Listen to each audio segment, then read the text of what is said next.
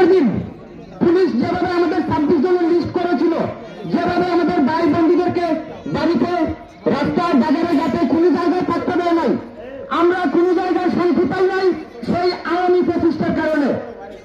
বিগত 17টা বছর এই আওয়ামী প্রচেষ্টার কারণে আপনি, আমি, কেউ আমরা শান্তিতে বাসায় থাকতে পারি নাই। জুলাই মাসের সেই আন্দোলনের মাধ্যমে আগস্টের 5 তারিখ আমরা নতুন একটি স্বাধীন রাষ্ট্র পেয়েছি। যদিও আমরা মুখে মুখে বলি যে 1971 সাল ছিল আমাদের স্বাধীনতা দিবস, কিন্তু না, এটা আসলে বাস্তব না। আমাদের বাংলাদেশ নতুনভাবে বিগত আগস্টের 5 তারিখে আবার নতুন করে আমাদের মাধ্যমে, ছাত্র জনতা, আপনাদের সবার মাধ্যমে আমরা নতুন করে দেশটাকে স্বাধীন করেছি। আমরা যখন মনে করি যে না, শুধু আওয়ামী ফ্যাসিস্ট যাদেরকে আমরা দেশ থেকে বিতাড়িত করেছি, তাদের দুর্নীতির প্রধান, তাদের লিডার খুনি হাসিনা দেশ থেকে পালিয়ে গেছে, এটা মনে করে যদি আমরা হাত গুটিয়ে বাসায় বসে থাকি তাহলে কিন্তু হবে না।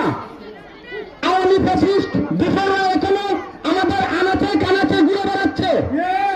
আমরা সবাই শক্ত হাতে একত্রিত হয়ে এই আওয়ামী ফ্যাসিস্টদের আমাদের দেশটাকে বিতাড়িত করব।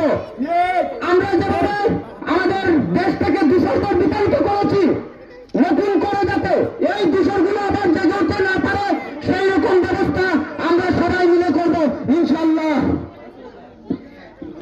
আমি আরো বলতে চাই, আজকের এই কম্বল বিতরণ কর্মসূচি জনাব জহিরুদ্দিন ভাইয়ের পক্ষ থেকে আমাদের মাঝে উপস্থিত আছেন জনাব রেজাউল করিম পলবাই। আমরা সবাই উনার জন্য দোয়া করব যাতে ভবিষ্যতে গরিব মেহনতি মানুষের পাশে উনি এভাবেই দাঁড়াতে পারেন। এই বলে আমি আমার বক্তব্য শেষ করছি। বাংলাদেশ জিন্দাবাদ, বাংলাদেশ জাতীয়তাবাদী যুবদল জিন্দাবাদ।